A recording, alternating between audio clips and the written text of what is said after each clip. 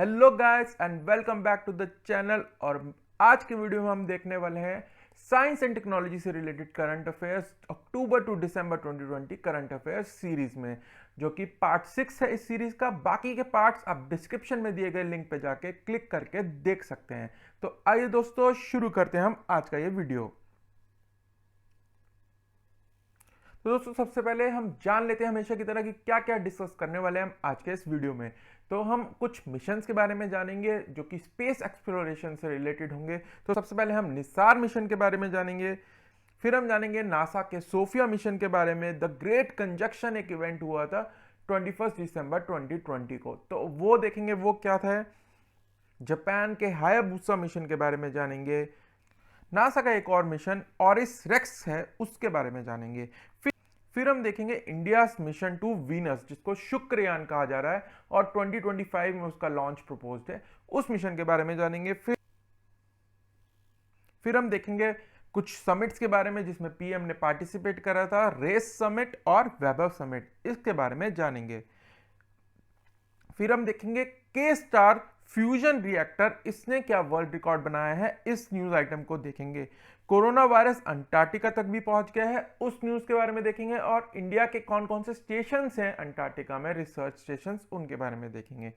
फिर वैक्सीन की न्यूज पे आ जाएंगे। कुछ वैक्सीन को अप्रूवल मिला है।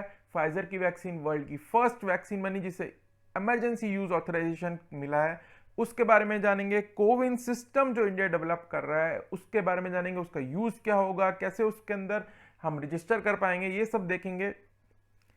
फिर हम देखेंगे वर्ल्ड का first narrow band internet of things services, इस न्यूज आइटम के बारे में जानेंगे कि किस कंपनी ने ये शुरू करा है। इंडिया से रिलेटेड है ये न्यूज, तो ये पूछी जा सकती है।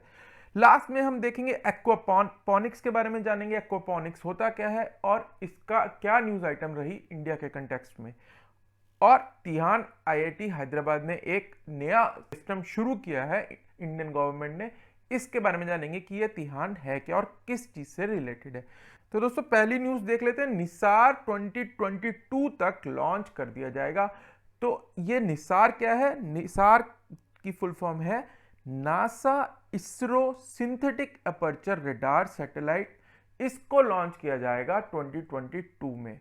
तो ये नासा और इसरो की कोलैबोरेशन से एक सैटेलाइट बनाई जाएगी जो कि एक सिंथेटिक अपर्चर रेडार है, जो कि स्पेस में इंफ्रारेड रेडिएशन को डिटेक्ट करके सिग्नल्स भेजता है। तो ये एक जॉइंट कोलैबोरेशन प्रोजेक्ट है। तो निसार स्टैंड करता है NASA ISRO synthetic aperture radar, ये फुल फॉर्म पूछी जा सकती है।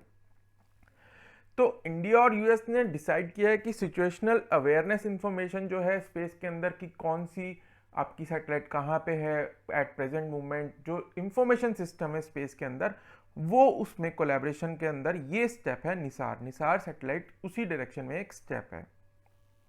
और जैसे कि दोस्तों आप जानते हैं कि स्पेस जो है वो फिफ्थ डायमेंशन बन गया है किसी भी फ्यूचर वॉरफेयर के अंदर। तो पहली तीन तो आपको पता है आर्मी, नेवी और एयरफोर्स हैं। उसके बाद फोर्थ सिस्टम अब बन गया है इंटरनेट, वहां पे भी वॉरफेयर हो सकता है फ्यूचर में। और फिफ्थ जो है डायमेंशन वो है स्पेस। तो स्पेस डिफेंस कोऑपरेशन में भी दोनों देश साथ में काम करेंगे, तो उसी डायरेक्शन में ये एक स्टार्ट है।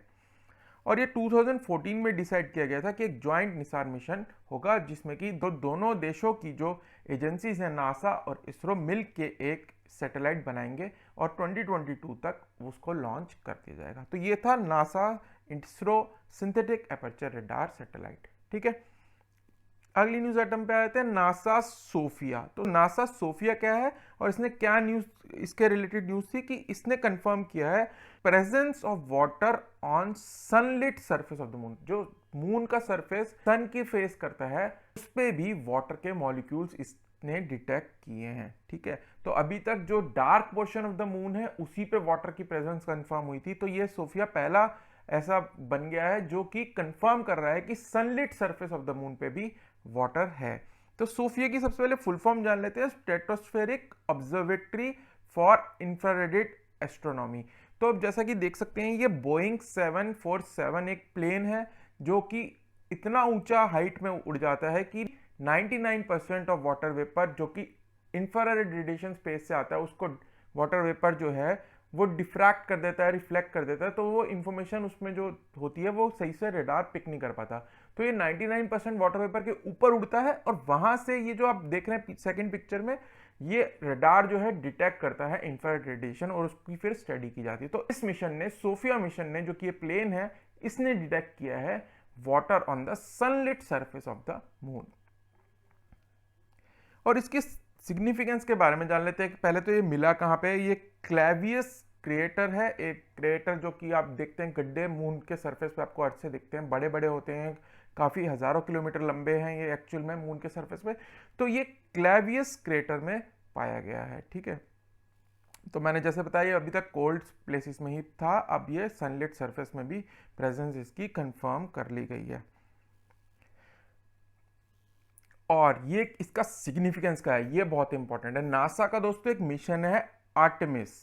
आर्टेमिस मिशन नासा 2024 में लॉन्च करने वाला है, जिसके अंदर की वर्ल्ड की फर्स्ट वुमेन और नेक्स्ट जो मैन है लूनर सरफेस पे जाएंगे, ठीक है। तो उसके अंदर इसकी सिग्निफिकेंस ये है कि अगर सरफेस पे जो वाटर मॉलिक्यूल्स हैं वहां के सरफेस से ही जो है आप यूज करके, आसपास की कंडीशंस को यूज करके आप वाटर पैदा कर लेंगे या ऑक्सीजन पैदा कर लेंगे। यानी ह्यूमन नीड्स जो हैं, बेसिक ह्यूमन नीड्स, वो आपको कैरी नहीं करनी पड़ेंगी। ये बेसिक मिशन है आर्टेमिस। तो आर्टेमिस मिशन में ये हेल्पफुल रहेगा कि हम वाटर वहीं के सरफेस से यूज कर पाएंगे ह्यूमन बींग्स, और जो वेट है सैटेलाइट का जिसमें, या कैप्सूल का जिसमें कि ये एस्ट्रोनॉट्स जाएंगे, वो रिड्यूस किया जा सके और कम फ्यूल से वहां पे जाया जा सके। तो ये सिग्निफिकेंस है वाटर की प्रेजेंस डिटेक्ट होने का मून के सरफेस पे, ठीक है। आई होप ये क्लियर होगा। अगली न्यूज आइटम पे आते हैं, द ग्रेट कंजक्शन। कंजक्शन दोस्तों बेसिकली क्या होता है कि जो दो प्लैनेट्स कोई भी सोलर सिस्टम में है वो बहुत पास आ जाते हैं, तो स्काई में ऐसे लगता है कि वो एक दूसरे के ओवरलैप कर रहे हैं या बहुत नजदीक हैं। तो जो इसको कंजक्शन किसी भी दो प्लैनेट्स के बीच में हो सकता है। तो इस केस में ग्रेट कंजक्शन इसलिए कहा गया क्योंकि ये दो सोलर सिस्टम के दो सबसे बड़े प्लैनेट्स हैं, जुपिटर और सैटर्न, वो ऐसी पोजीशन में आ गए थे कि वो बहुत क्लोज हो गए थे स्काई में, और ऐसा लग रहा था कि वो एक दूसरे के बहुत नजदीक हैं और कभी कभी एक दूसरे को ओवरलैप भी कर रहे थे। तो इसको नेकेड आई से देखा जा सकता था स्काई में, तो इसलिए इसको कहा गया है द ग्रेट कंजक्शन। तो ये 21 दिसंबर 2020 को हुआ था इवेंट, जिसमें कि ये सबसे क्लोज आए थे, लेकिन ये 10-15 दिन पहले से ही आपको स्काई में दिखने शुरू हो गए थे पास पास। तो इस इवेंट को कहा गया है द ग्रेट कंजक्शन। तो कंजक्शन इन दो प्लैनेट्स के बीच में रफली 20 ईयर्स में होती है, हर 20 ईयर में। लेकिन क्योंकि जुपिटर सन के अराउंड 12 साल में अपना ऑर्बिट पूरा करता है और सैटर्न 30, तो आप सिंपल मैथ्स लगा के इनका एलसीएम लेंगे तो 60 ईयर्स में ये दोबारा से इसी प्लेस में आएंगे, बहुत पास आएंगे, जिसको कि द ग्रेट कंजक्शन कहा जा रहा है। और ये अब अगली बारी 2080 में ये इवेंट होगा, जो कि आप स्काई में देख पाएंगे, ठीक है। लेकिन ये उस टाइम के अंदर दो बारी ऑलरेडी मिल चुके होंगे, लेकिन सेम पोजीशन पे नहीं होंगे, ठीक है। तो 2080 में अब ये अगली बारी इतने पास ओवरलैपिंग आपको स्काई में दिखेंगे। अगली न्यूज आइटम पे आते हैं, जापान हायाबुसा 2। तो ये मिशन क्या है, जापान की जो एजेंसी है स्पेस एक्सप्लोरेशन की, पहले तो उसका नाम आप जान लीजिए, जैक्सा एजेंसी होती है, जापान एरोस्पेस एक्सप्लोरेशन एजेंसी। तो इन्होंने हायाबुसा 2 मिशन जो है वो लॉन्च किया था दिसंबर 2014 में। तो इस मिशन, इसका मिशन का जो फर्स्ट था वो हायाबुसा 1 मिशन में क्या था, एक एस्टेरॉइड थी आइटोकावा, जो कि 2010 में ये मिशन पहुंच गया था, वहां पे सैटेलाइट भेजी थी इन्होंने, और वहां से उस एस्टेरॉइड के सैंपल्स कलेक्ट करके लाया था ये वापस। और ये जो सेकंड वाला मिशन है, ये बहुत इंपॉर्टेंट फैक्ट है जो आपको याद करना है, ये एक एस्टेरॉइड है रियुगु। तो रियुगु जो एस्टेरॉइड है उसके सैंपल ये वापस लेके आया। तो हायाबुसा 2 मिशन कौन सी कंट्री का है, याद रखना है, जापान का है।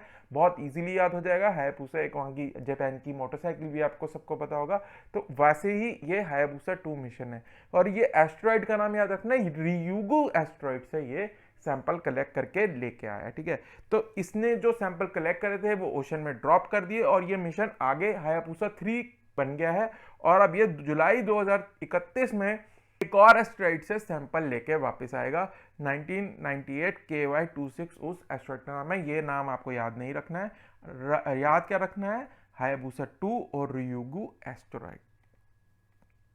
Next, NASA's OSIRIS REx mission, ये बहुत इंपॉर्टेंट मिशन है दोस्तों, ये काफ़ी लोगों को पता भी होगा आप में से कि ऑरिस रेक्स है क्या। तो पहले इसकी फुल फॉर्म देख लेते हैं। इसकी फुल फॉर्म है origin spectral interpretation resource identification security regolith explorer mission. तो फुल फॉर्म इतनी इंपॉर्टेंट नहीं है। ऑरिस रेक्स आपको याद रखना है, नासा का एक मिशन है। ये भी सैंपल कलेक्ट करता है एस्टेरॉइड से, ये सैंपल कलेक्ट करके लाएगा।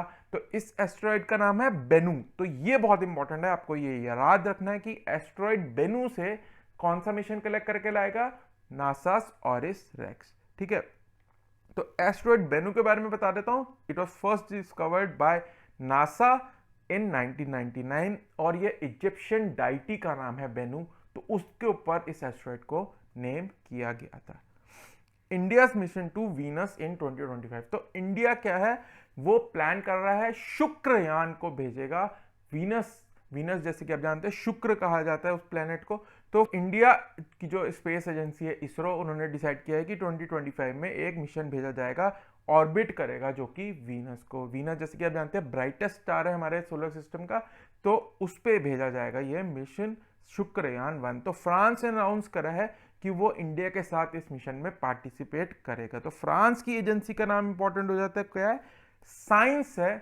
फ्रांस की स्पेस एजेंसी का नाम CNES, national centre for space studies. अब ये फ्रेंच में साइंस है, इसलिए इसकी फुल फॉर्म आपको थोड़ी अलग लग रही होगी, आपको नाम याद रखना है CNES, फ्रांस की एक स्पेस एजेंसी है। ठीक है, और इसके अंदर डिस्कशन हुई थी इंडिया और फ्रेंच काउंटर पार्ट्स की रिगार्डिंग एक फैसिलिटी बनाई जाएगी, ground facility to monitor space satellites, जो ये कंट्रीज भेज रही है फ्रेंच गायाना में।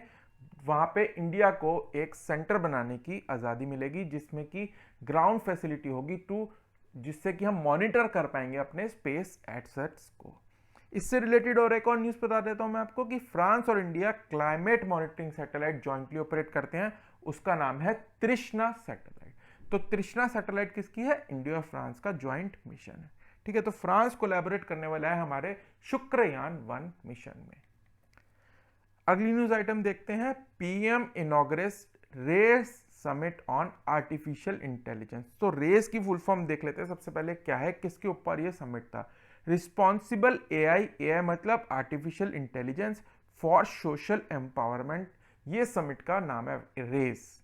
ठीक है, तो इससे नाम से ही आपको अगर आप याद कर लेंगे तो आपको पता चल जाएगा कि ये किसके ऊपर समिट था। जो आर्टिफिशियल इंटेलिजेंस है उसका उपयोग किया जाएगा किस लिए, सोशल ट्रांसफॉर्मेशन सोसाइटी में लाने के लिए, इंक्लूजन लाने के लिए, जो सोशल इंक्लूजन है, और empowerment in the areas of health care, education, agriculture and smart mobility. तो इसके अंदर ये आर्टिफिशियल इंटेलिजेंस को कैसे यूज किया जाए उसके ऊपर ये एक समिट था, जिसमें कि PM मोदी ने पार्टिसिपेशन लिया था वर्चुअली। ठीक है, तो इसमें पार्टिसिपेशन ग्लोबल इंडस्ट्री लीडर्स का था, ओपिनियन मेकर्स, गवर्नमेंट रिप्रेजेंटेटिव्स और एकेडमिया के लोग इस समिट में पार्टिसिपेट किया था। ठीक है, तो इसमें फुल फॉर्म बहुत इंपॉर्टेंट है, responsible AI for social empowerment. अगर सोशल एम्पावरमेंट आपको पता है तो आप इसको पूरा एक्सप्लेन भी कर सकते हैं। PM इनॉग्रेट्स वैभव समिट, तो वैभव समिट भी PM ने इनॉग्रेट करा था। तो ये जान लेते हैं क्या है, वैश्विक भारतीय वैज्ञानिक समिट। तो जो इंडियन साइंटिस्ट और जो इंडियन रीजन के ओवरसीज साइंटिस्ट और रिसर्चर्स हैं, उनका एक वर्चुअल समिट कराया गया था to discuss about the collaboration mechanism to strengthen academic science and technology base in India. India के अंदर साइंस एंड टेक्नोलॉजी को कैसे बढ़ावा दिया जाए एकेडमिक फील्ड में, उसके ऊपर एक समिट था, जो कि इंडियंस और ओवरसीज इंडियन जो साइंटिस्ट हैं उनके बीच में। और आपको इसमें याद रखना है कि PM ने इसको कहा था true Sangam of great minds, यानी एक कॉन्फ्लुएंस ऑफ ग्रेट माइंड्स। तो ये क्वेश्चन आ सकता है कि PM ने किसको कॉन्फ्लुएंस ऑफ ग्रेट माइंड्स कहा था या ट्रू संगम कहा था। तो वैभव समिट में PM ने ये कहा था। अगली न्यूज आइटम देख लेते हैं, के स्टार रिएक्टर। तो आप पिक्चर में देख रहे होंगे कि ये फ्यूजन रिएक्टर है, किस कंट्री का, फ्लैग भी है, उससे आपको आइडिया हो गया होगा, साउथ कोरिया का एक ये मैग्नेटिक फ्यूजन डिवाइस है। तो इसकी फुल फॉर्म क्या है, Korea superconducting tokamak advance research reactor. तो ये है के स्टार की फुल फॉर्म, याद करने की जरूरत नहीं है। के स्टार आपको याद रखना है कि कोरिया से रिलेटेड है और एक ये फ्यूजन रिएक्टर है। इसने एक नया वर्ल्ड रिकॉर्ड बनाया है। वो रिकॉर्ड देख लेते हैं क्या है। It achieved a temperature of 100 million degree Celsius for 20 seconds. तो 100 मिलियन डिग्री सेल्सियस का इसने टेम्परेचर अचीव कर लिया था 20 सेकेंड तक। और इसका आपको अचीवमेंट का आइडिया इससे लग सकता है कि सन का जो सरफेस टेम्परेचर है वो सिर्फ 15 मिलियन डिग्री सेल्सियस है, तो उससे भी अप्रॉक्सीमेटली 6.5-7 टाइम्स तक टेम्परेचर अचीव कर लिया था 20 सेकेंड्स के लिए। ठीक है, तो ये मैंने आपको बता दिया 6.5 टाइम्स मोर देन सन का टेम्परेचर। और इसको जनरली कहा भी जाता है आर्टिफिशियल सन। साउथ कोरिया का ये आर्टिफिशियल सन कहा जाता है क्योंकि टेम्परेचर इसने 6 गुना अप्रॉक्सीमेटली सन के अचीव किया है। तो ये फ्यूजन रिएक्टर है, के स्टार साउथ कोरिया का है और इसको आर्टिफिशियल सन भी कहा जाता है। अब इस टेम्परेचर अचीव करने का सिग्निफिकेंस क्या है? तो इसका सिग्निफिकेंस ये है कि इस एनर्जी को यूज करके एनर्जी प्रोड्यूस की जा सकती है, बिजली प्रोड्यूस की जा सकती है, न्यूक्लियर फिजन। अगर हम इसको काफ़ी लंबे समय तक अगर इस टेम्परेचर को अचीव कर पाएंगे तो जितनी एनर्जी हम खर्च करेंगे उससे ज़्यादा एनर्जी हमें इस रिएक्टर से मिलेगी। ठीक है, तो टारगेट इसका है क्या है, कोरियन एजेंसी ने सेट किया है कि 300 सेकंड तक लगातार ये चले तो हम इसकी एनर्जी को यूजफुल यूज कर पाएंगे, न्यूक्लियर फ्यूजन की एनर्जी को फॉर प्रोड्यूसिंग इलेक्ट्रिसिटी। तो ये है के star fusion reactor south Korea का आर्टिफिशियल सन जिसको कहा जाता है, इसने नया वर्ल्ड रिकॉर्ड बनाया है। अब कोरोना वायरस जो है वो अंटार्कटिका तक भी पहुंच गया। तो दिसंबर में क्या हुआ था कि 36 लोग जो हैं चिली के, जो कि एक कंट्री है साउथ अमेरिका की, उनके रिसर्च स्टेशन में उनको कोरोना वायरस पाया गया था। और अंटार्कटिका में आप सबको ही पता होगा कि वहाँ पे कोई जनरल पॉपुलेशन तो है नहीं है, ग्लोबल कॉमन है वो, बट वहाँ पे जो रिसर्च स्टेशन हैं 60 रिसर्च स्टेशन कंट्रीज ने स्टैब्लिश किए हैं। तो उनके अंदर ये पहला केस पाया गया था चिले के स्टेशन में। और इससे रिलेटेड आपको न्यूज पे बताता हूँ कि इंडिया के 2 परमानेंट स्टेशन अभी वहां पे एक्टिव है अंटार्कटिका में, जो रिसर्च करते हैं अंटार्कटिका में। मैत्री जो कि 1988 में बनाया गया था, नाम दोनों के आपको याद करने हैं, और भारती जो कि 2012 में ऑपरेशनलाइज किया था। और वो चिली के जो स्टेशन है उससे 5000 किलोमीटर दूर है, तो वो दोनों सेफ है, वहां पे जो लोग सेफ हैं अभी तक। इंडिया की जो फर्स्ट रिसर्च फैसिलिटी थी उसका नाम था दक्षिण गंगोत्री, उसको अब India as a supply base use करता है, रिसर्च के लिए यूज नहीं करता है। तो फर्स्ट पूछा जाएगा तो दक्षिण गंगोत्री इंडिया का रिसर्च स्टेशन है अंटार्कटिका में, और प्रेजेंटली 2 है, मैत्री और भारती। अगली न्यूज आइटम पे आते हैं, वैक्सीन के बारे में जान लेते हैं, क्योंकि काफी सारी वैक्सीन को अप्रूवल मिला है, इमरजेंसी यूज ऑथराइजेशन मिली है। तो सबसे पहली वैक्सीन बनी थी फाइजर की वैक्सीन जो है, उसको यूएस एफडीए ने इमरजेंसी यूज ऑथराइजेशन दे दी थी अगेंस्ट द कोविड, जो वैक्सीन उन्होंने डेवलप की है। ठीक है, और उसके एक हफ्ते बाद ही मॉडर्ना की वैक्सीन जो थी उसको भी अप्रूवल मिल गया था यूएसए में। और इससे रिलेटेड न्यूज क्या है कि जनवरी की स्टार्टिंग में यानी फर्स्ट वीक में इंडिया ने भी 2 वैक्सीन को, ऑक्सफोर्ड एस्ट्राजेनेका वैक्सीन जो कि सीरम इंस्टीट्यूट बना रहा है, कोविशील्ड जिसका नाम है, उसको अप्रूवल दिया था, और कोवैक्सीन जो भारत बायोटेक बना रहा है, इन 2 वैक्सीन को इमरजेंसी यूज ऑथराइजेशन इंडिया में भी मिल गई थी। और अगर आप वैक्सीन के बारे में जानना चाहते हैं किस टाइप्स की होती हैं, कौन कौन सी वैक्सीन होती हैं, किस तरह से वैक्सीन को अप्रूवल मिलता है, कितनी स्टेजेस होती हैं, तो ये सब मैं आपको जून की करंट अफेयर सीरीज में बता चुका हूं। उसका लिंक आपकी स्क्रीन पे फ्लैश कर रहा होगा, उसको क्लिक करके आप देख सकते हैं वैक्सीन के बारे में और ज्यादा जानकारी पा सकते हैं।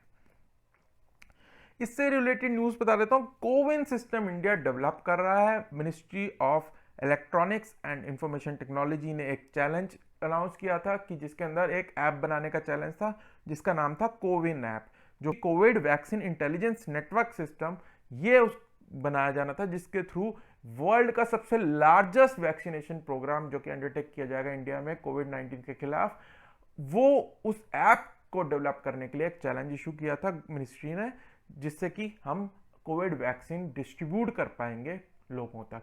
अभी ये सिस्टम वर्किंग है, लेकिन पब्लिक इसे अभी रजिस्टर नहीं कर पा रही है, क्योंकि फर्स्ट स्टेज में सिर्फ हेल्थ केयर वर्कर्स ही यूज कर पाएंगे वैक्सीन का। तो ये अभी इंटरनल एक ऐप है, इसको पब्लिक बहुत जल्द कर दिया जाएगा। अगली न्यूज पे आते हैं, world's first narrow band internet of things service. तो इंटरनेट ऑफ थिंग्स मैं आपको ऑलरेडी बता चुका हूँ करंट अफेयर सीरीज में क्या होता है। लिंक्ड जो सिस्टम है, इलेक्ट्रॉनिक डिवाइसेस हैं, वो इंटरनेट के थ्रू यूज किए जा सकेंगे, कंट्रोल किए जा सकेंगे। तो इंटरनेट ऑफ थिंग वो है। और फर्स्ट नैरो बैंड सर्विस शुरू हुई है इंटरनेट ऑफ थिंग की, किसने शुरू करी है ये पूछा जा सकता है। BSNL ने शुरू की है इन पार्टनरशिप विद स्काईलो। ठीक है, तो ये सैटेलाइट्स बेस्ड होगा narrow band internet of thing network in India. और ये पीएम की एक विजन जो है डिजिटल इंडिया की, उसके अंदर ये एक स्टेप है। और ये पूरा मेड इन इंडिया सॉल्यूशन है और अफोर्डेबल और इनोवेटिव टेलीकॉम सर्विसेज प्रोवाइड करेगा। BSNL जो उनकी विजन है उसको भी ये पूरा करेगा नेटवर्क। तो BSNL ने वर्ल्ड की first narrow band internet of things services शुरू करी थी। अगली न्यूज पे आ जाते हैं एक्वापॉनिक्स। एक्वापॉनिक्स के बारे में जो मिनिस्टर ऑफ स्टेट हैं एजुकेशन और ministry of electronics and information technology Shri Sanjay Dhotre ji ने कहा था कि एक्वापॉनिक्स एंड रिलेटेड टेक्निक्स जो है उसका यूज करके प्रोडक्टिविटी एंड इनकम बढ़ाई जा सकेगी किसानों की। तो उससे रिलेटेड एक फैसिलिटी इनॉग्रेट की गई थी गुरु अंगद देव वेटेनरी यूनिवर्सिटी जो कि लुधियाना में है। वहां पे एक फैसिलिटी का इनॉग्रेशन किया था इन मिनिस्टर ने और उसमें यह कहा गया था कि इससे जो है फार्मर की इनकम बढ़ाने में हेल्प मिलेगी और प्रोडक्टिविटी भी बढ़ेगी। तो इसके पहले यूज देख लेते हैं कि एक्वापॉनिक्स का यूज क्या है। ये फैसिलिटी 100% ऑर्गेनिक है और ये 90% लेस वाटर यूज करती है। और एक्वापॉनिक्स होता क्या है, बेसिकली फिश और प्लांट्स एक साथ आप ग्रो कर सकते हैं। ठीक है, तो एक्वापॉनिक्स के बारे में आपको मैं थोड़ी इन्फॉर्मेशन दे देता हूँ। ये एक टेक्निक है, जैसे मैंने कहा कि जिसमें कि फिशेस और प्लांट्स एक साथ इंटीग्रेटेड मैनर में आप पाल सकते हैं फिशेस को भी और प्लांट्स भी ग्रो कर सकते हैं। और इसका फायदा क्या है कि जो फिश का वेस्ट होता है वो यूज एज अ फर्टिलाइजर करते हैं प्लांट, और प्लांट जैसे उसमें से न्यूट्रिएंट्स अब्सॉर्ब कर लेते हैं तो ये वाटर को फिल्टर कर देता है और उस वाटर को फिश टैंक को रिप्लेनिश करने में यूज किया जाता है। तो फिशेस और प्लांट्स को एक साथ आप इंटीग्रेटेड मैनर में ग्रो कर रहे हैं और पाल रहे हैं, उस टेक्निक को कहा गया है एक्वापॉनिक्स। इसमें आपको एक्वापॉनिक्स पता होना चाहिए। और फर्स्ट फैसिलिटी इंडिया की कहां पे करी गई है लॉन्च, गुरु अंगद देव यूनिवर्सिटी लुधियाना में। लास्ट न्यूज हम देख लेते हैं हम आज के वीडियो की। यूनियन मिनिस्टर ऑफ एजुकेशन ने फाउंडेशन स्टोन ले किया था किसका, तिहान IIT हैदराबाद में। ठीक है, तो इंडिया का first test bed for autonomous navigation system. Autonomous navigation system यानी UAVs हो गए या ROVs हो गए, जिनको कि आप कमरे में बैठ के आप ऑपरेट कर सकते हैं और वो बाहर अपने आप ऑटोमेटिकली चलते हैं। तो इसका फर्स्ट टेस्ट बेड इनको IIT हैदराबाद में, तिहान जिसको नाम दिया गया, वहां इसकी फाउंडेशन स्टोन की गई थी मिनिस्टर द्वारा। ठीक है, और इसकी फुल फॉर्म क्या है तिहान की, technology innovation hub on autonomous navigation. इस फैसिलिटी के अंदर क्या क्या फैसिलिटीज आपको मिलेंगी, इसके अंदर साइंटिस्ट टेस्ट ट्रैक है जिसमें कि इनको यूज किया जा सकता है, रियल वर्ल्ड सिनेरियोस को एमुलेट किया गया है, state of art simulation technology है, रोड इंफ्रास्ट्रक्चर है, ड्रोन रनवेज हैं, लैंडिंग एरिया है। तो ये सारी फैसिलिटीज तिहान हैदराबाद में दी गई हैं जिसको कि यूज किया जाएगा UAVs और ROVs को डेवलप करने में, यानी टेरेस्ट्रियल और एरियल सिस्टम्स को डेवलप करने में यूज किया जाएगा। तो दोस्तों ये था आज का हमारा वीडियो साइंस एंड टेक्नोलॉजी से रिलेटेड करंट अफेयर्स पे। अगली वीडियो में हम जानेंगे गवर्नमेंट स्कीम्स एंड मिशन से रिलेटेड करंट अफेयर्स। यदि आप नए हैं हमारे चैनल पे तो प्लीज इसे सब्सक्राइब कर लीजिए और वीडियो को लाइक कर दीजिए और अपने दोस्तों के साथ शेयर कीजिए जिससे कि वो भी इस वीडियो का फायदा उठा सके। तो दोस्तों अब मिलेंगे अगले वीडियो में गवर्नमेंट स्कीम्स एंड मिशन के साथ। तब तक के लिए bye bye and happy learning.